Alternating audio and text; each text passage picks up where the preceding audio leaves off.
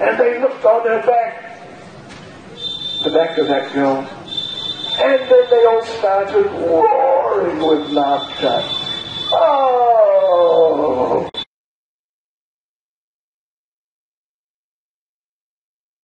That girl here! Oh! They roared after. Then they also vanished. And Sanatana Goswami understood that must have been Srimati Radharani and the gopis.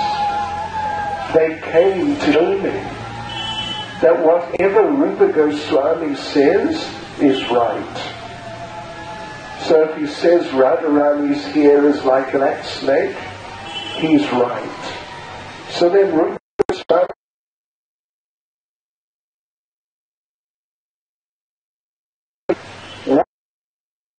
this poem. Goswami said, it is a wonderful poem. It is just wonderful. Particularly that part about the black snake.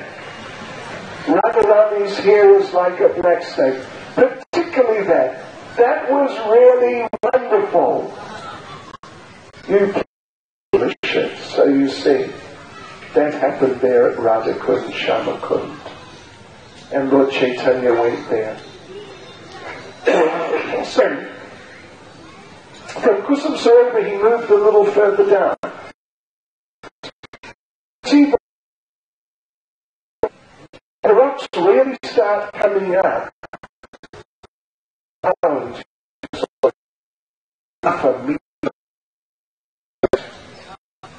A little further down, there is a place called Ratnakund, or it's also called Sham Kutia. Ratnakund, the jewels. Krishna killed Shankachuda at Ratnakund. That's described in the 10th canto of the Bhagavatam, of course. And Rupa Goswami makes it clear that it happened at Ratnakund at Govardhan Hill in Lalita Madhava. So there, Lord Chaitanya, he walked along a little bit from Kusum Sarovar.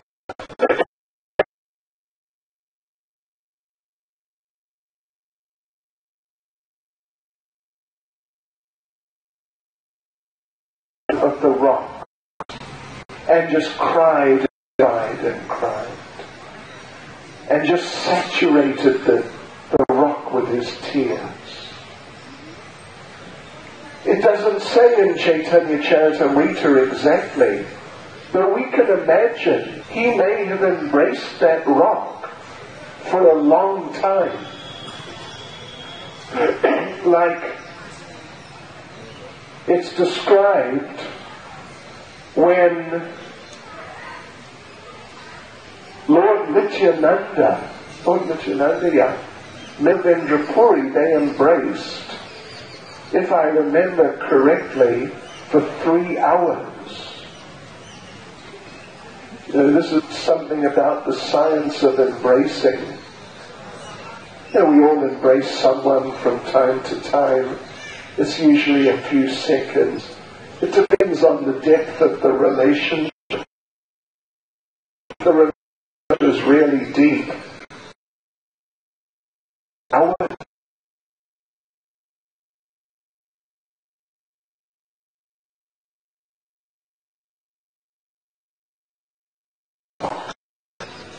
Touching Govardhan Hill for the first time. That most sacred of all sacred places, which is a form of Krishna and which is so dear to the Lord. Lord Chaitanya embraced that Sheila for a long time and just bathed it and bathed it and bathed it in his tears.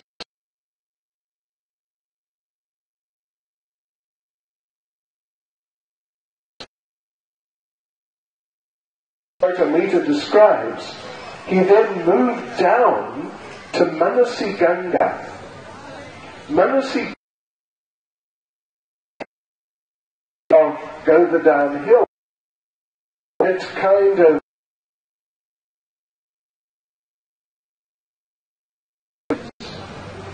the northern part and the southern part.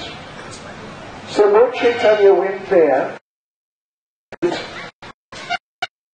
there's not really much of a description of what he did at Manasi Ganga itself.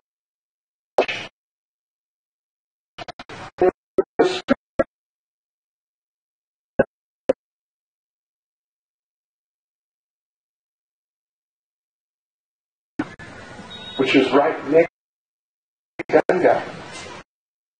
Balabhadra Bhattacharya prepared lunch on the banks of Brahmakund, and Lord Chaitanya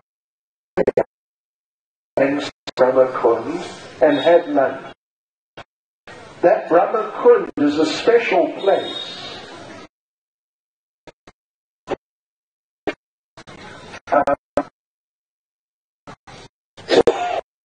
Krishna. Well, when Lord Brahma stole the cowherd calves, Krishna corrected him, manifested the same forms as the cowherd boys and calves, and if that wasn't enough, then they all manifested four-armed Vishnu forms in front of Lord Brahma, and Lord Brahma understood, whoopsie, made a mistake, Hari Bol. And then he apologized to Krishna, and he begged forgiveness of Krishna.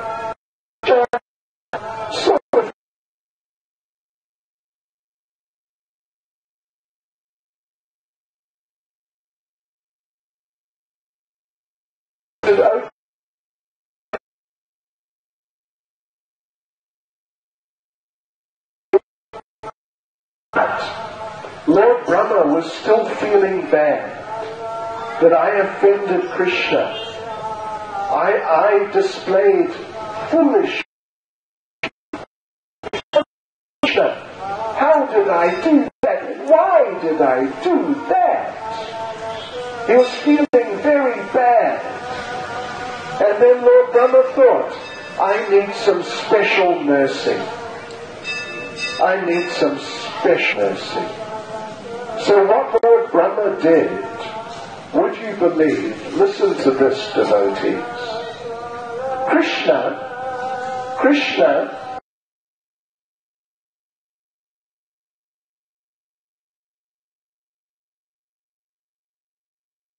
and calves.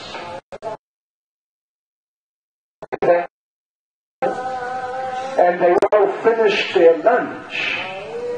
And then Krishna had to wash his hands and mouth. This was all happening near Govardhan Hill. So Lord Brahma, that I get some to get real forgiveness from this terrible offense which I've committed to do. I need to get some of Krishna's remnants from now. Now he's just finished lunch. And Brahma, he is going to wash his hands and mouth in this kund. Here means Brahma kund. So Lord Brahma took the form of a fish, devotees, and he went into Brahma kund. And when Krishna came down to the water at Brahma kund,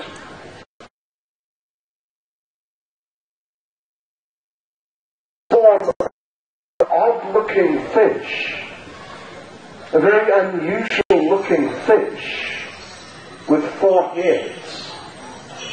Lord Brahma came swimming up in front of Krishna in the water as Krishna down.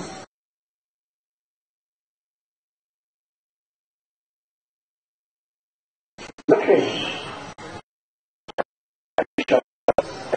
As the story goes, Krishna felt he was not happy about this, so he went and washed his hands in Manasi Ganga.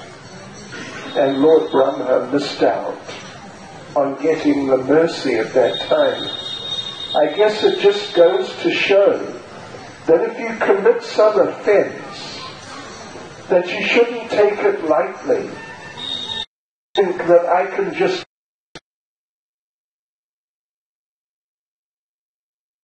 to the offense. It's not so. If you commit some, you've got to really take it seriously to get forgiveness and to really make up for it. Let me diverge again for 1 minute and tell you one little story of an experience I had with Srila Prabhupada, which unfortunately was not recorded, but it was very interesting. Srila Prabhupada was giving a darshan in his rooms in Bhaktivedanta Mana.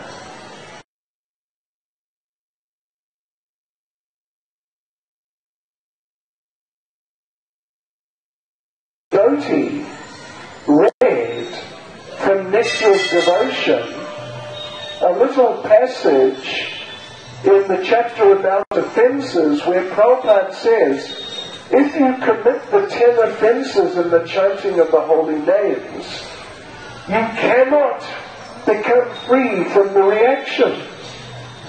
Prabhupada basically says that. You check there in that chapter yourself. Prabhupada says if you commit the offences, the just by devotional service, but if you commit the 10 offences, you cannot overcome them. It's a very serious thing. So the devotee read that sentence or two and said to Srila Prabhupada, isn't there some way of getting free from the reactions to these offences? Although Prabhupada had already said in the Nectar of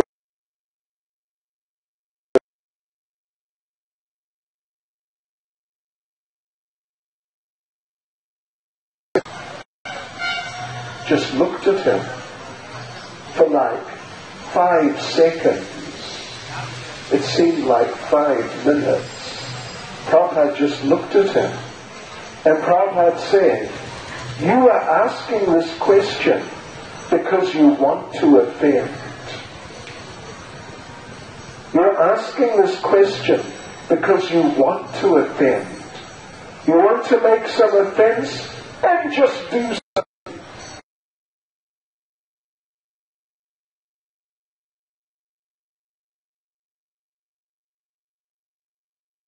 Prabhupada said, ending. No more offences. So anyway, that was Brahma. Then after that, went up to... Oh no. First he went and saw Hari Devi.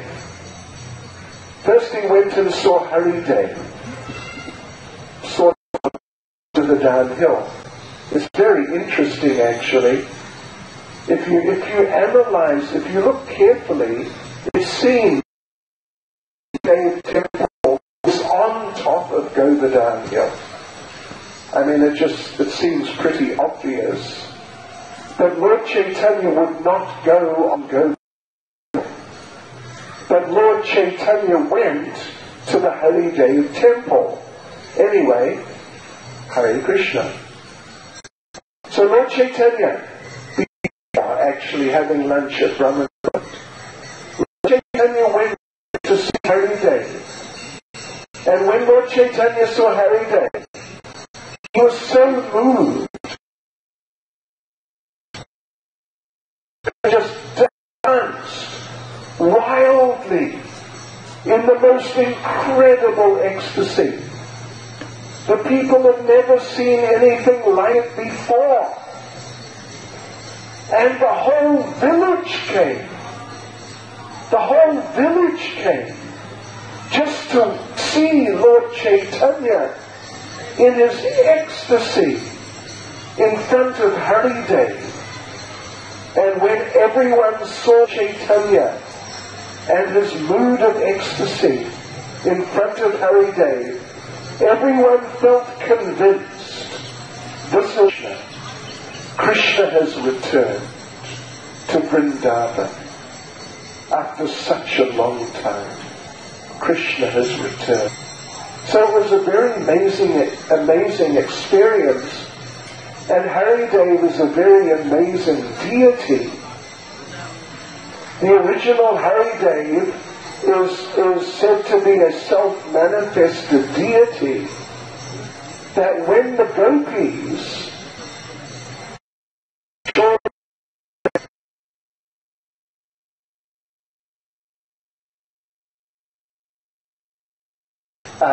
visiting Govardhan Hill, that when the gopis were abandoned during the spring rasadans, this is not the dance described in the canto of the Bhagavatam.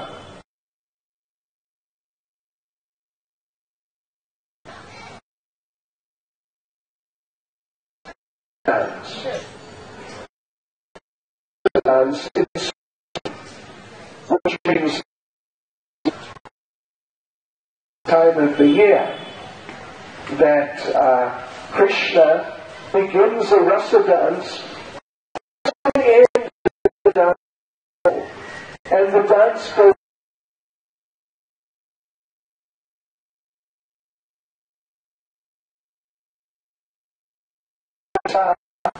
if you the go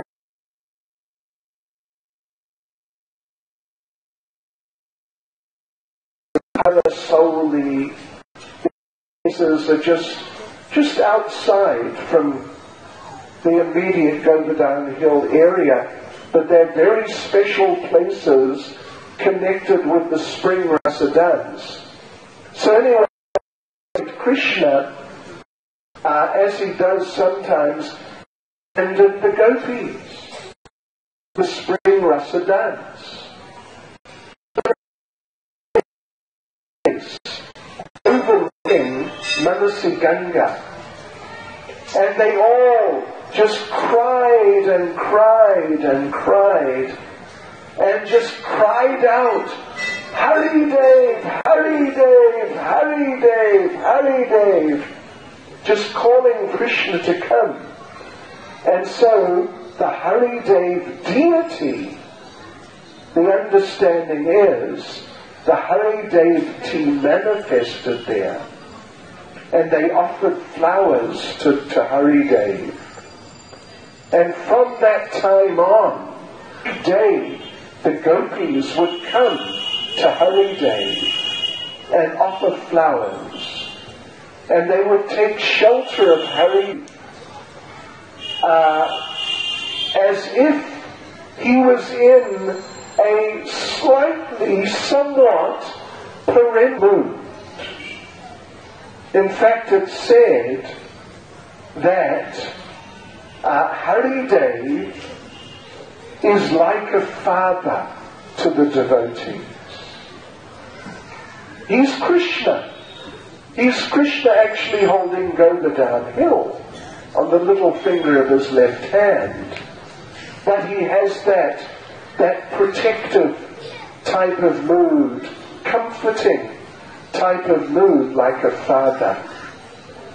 So Lord Chaitanya saw Haridev, and as we said, he went into a very extreme ecstasy, crying out like the gopis, rolling on the floor, and all the local people, they all felt convinced, this is Krishna.